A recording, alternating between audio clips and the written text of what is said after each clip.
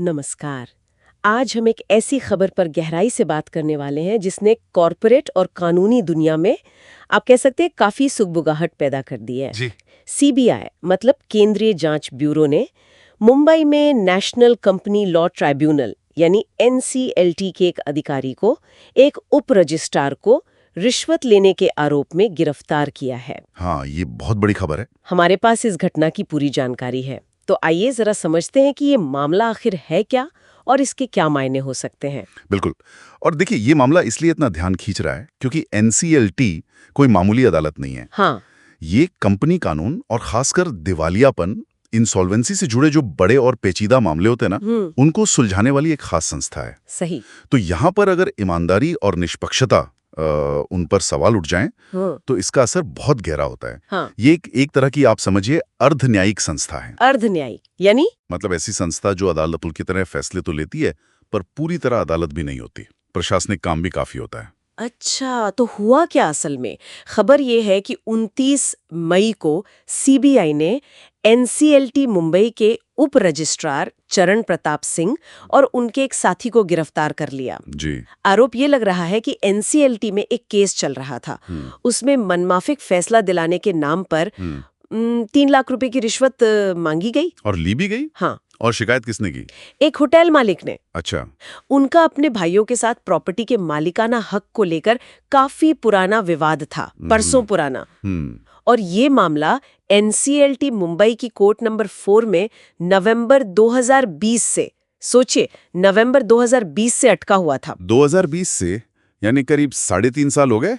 काफी लंबा वक्त है ये तो। बहुत लंबा वक्त। और यहाँ बात और भी दिलचस्प हो जाती है।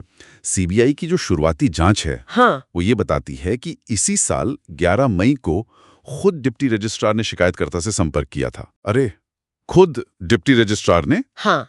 उन्होंने कहा कि वो अपने कॉन्टैक्ट्स का इस्तेमाल करके मामला उनके हक में करवा सकते हैं। अच्छा। लेकिन इसके लिए 3.5 लाख रुपए लगेंगे। 3.5 लाख?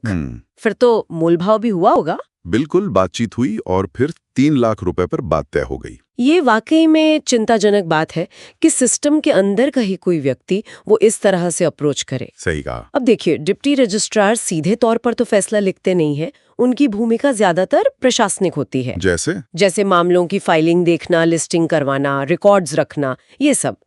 लेकिन इस लेवल पर भी अगर कोई गलत इरादे से दखल दे, हाँ, तो प्रक्रिया को प्रभावित करने की कोशिश तो हो ही सकती है ना? बिल्कुल हो सकती है। तो जब 14 मई को होटल मालिक ने सीबीआई में शिकायत दर्ज करवाई जी, तो सीबीआई ने फिर जाल बिछाने का फैसला किया। हाँ, ट्रैप लगाया। और 29 मई को प्लान के मुताबिक रिश्वत दी जानी थी। अच्छा। तो सीबीआई ने डिप्टी रजिस्ट्रार की तरफ से रिश्वत लेने वाले उनके साथी को रंगे हाथों पकड़ा। मौके पर ही? रंगे हाथों। जी हाँ। रिश्वत की रकम में 1 लाख रुपए तो असली नोट थे। अच्छा। और 2 लाख रुपए डमी नोट थे, मतलब सबूत के तौर पर पहले से तैयार रखे गए थे। समझ गई। तो पहले उस साथी को पकड़ा गया और फिर उसकी गिरफ्तारी के बाद इस पूरे मामले में भूमिका के लिए डिप्टी रजिस्ट्रार चरण प्रताप सिंह को भी गिरफ्तार कर लिया गया। तो अब आगे क्या चल रहा है इसमें? सीबीआई क्या कर रही है? सीबीआई फिलहाल मुंबई और लखनऊ में आरोपियों से जुड़ी कई जगहों पर तलाशी ले रही है। कोशिश यही है कि और सबूत जुटाए जा सकें और ये भी पता लगाया जा सके कि क्या इस नेटवर्क में और लोग भी शामिल हैं। हाँ, ये मुमकिन है। अक्सर ऐसे मामलों में तार कहीं और गहरे भी जुड़े होते हैं। तो अगर हम संक्षेप में देखें तो एनसीएलटी जैसी एक महत्वपूर्ण संस्था का एक अधिकारी जी, न्याय प्रक्रिया में हेरफेर करने के लिए रिश्वत लेते हुए पकड़ा गया है। सीबीआई ने जाल बिछाकर पकड़ा।